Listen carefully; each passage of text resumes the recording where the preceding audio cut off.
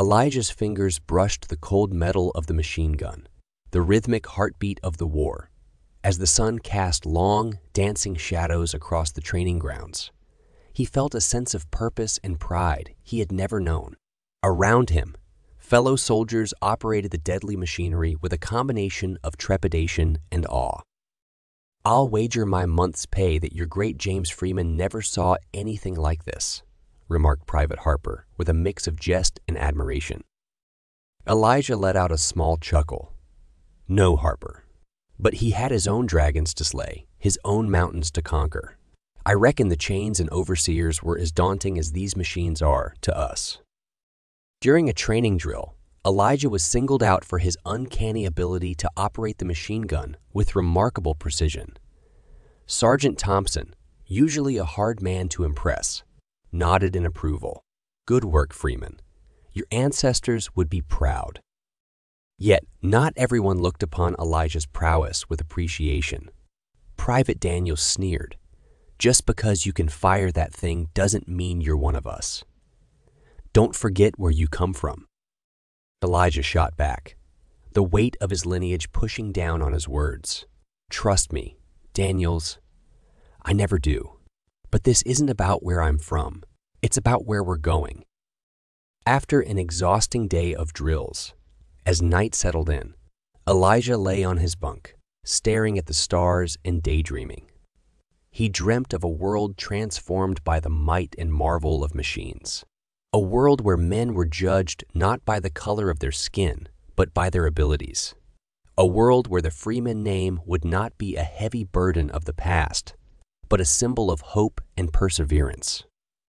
Whispers filled the barracks, stories of valor and tales of futuristic cities, where horse-drawn carriages would become obsolete, replaced by steam and iron.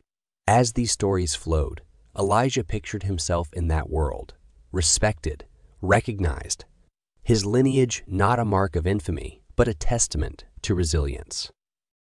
And in those precious moments before sleep, as the din of training and the scars of the past momentarily faded, Elijah clung to the hope that this brutal war, with its blend of old prejudices and new opportunities, would pave the way for a brighter tomorrow.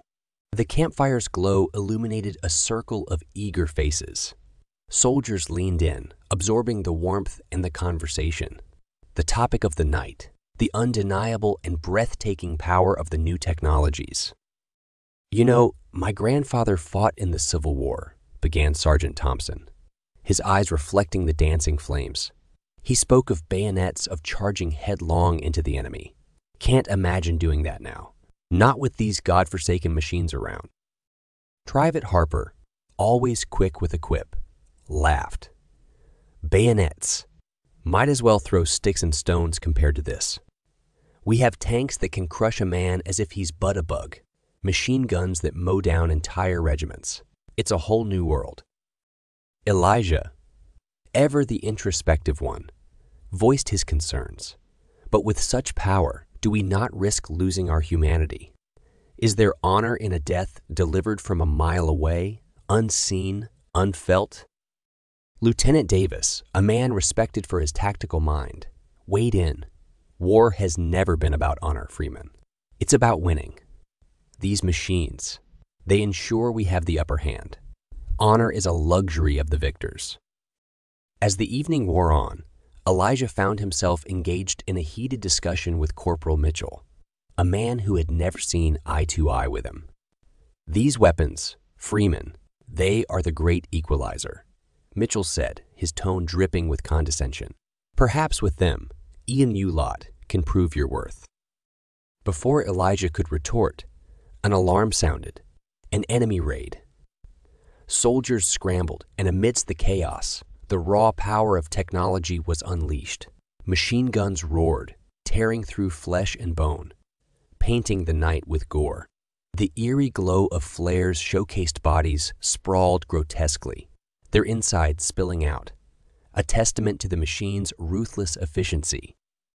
Elijah found himself manning a machine gun, the cold, methodical rattle in stark contrast to the visceral brutality it inflicted. Men screamed, writhed, their very essence being extinguished under the hail of bullets. The odor of burned flesh, mixed with the metallic tang of blood, hung heavy in the air. As dawn broke, revealing the carnage, the men were eerily silent, the price of their victory evident. Yet amidst the visceral devastation, a glint of hope sparkled in some eyes. They had defended their position, ensured their survival. The machines had kept their promise of progress. Elijah, washing the blood off his hands, reflected on the night's horrors.